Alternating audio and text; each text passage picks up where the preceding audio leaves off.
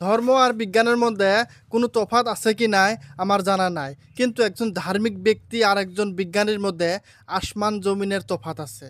ধরুন একজন বিজ্ঞানীকে আপনি বললেন যে তোমাদের থিওরি সমস্ত কিছু ভুল, তোমাদের বই পুস্তক যা আছে সমস্ত কিছু ভুলভাল, সমস্ত কিছু অশুদ্ধ, তোমাদের যত গবেষণা সমস্ত কিছু ভুল।